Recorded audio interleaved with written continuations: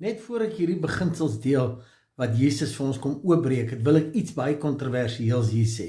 Jy weet, baie keer as ons oor die Bybel praat of oor Jesus praat of so, dan is daar 'n klomp mense wat sê, maar ek glo nie dieselfde as die kerk nie, so dit geld nie vir my nie. Of hierdie is net vir Christene of wat. Nee, luister nou vir my baie mooi. Toe Jesus gepraat het, het hy nie net vir 'n selektiewe groepie gepraat nie. Hy het vir die mensdom gepraat. En jy moet hierdie, wat ek nou sê, baie ernstig opneem. Dit wat ek nou sê, is nie vir Christene nie. Dit is nie vir Hindus, dit is vir Moslim. Dit is vir die laaste mens op aarde. Want elke persoon op hierdie aarde bevat die godheid in hulle.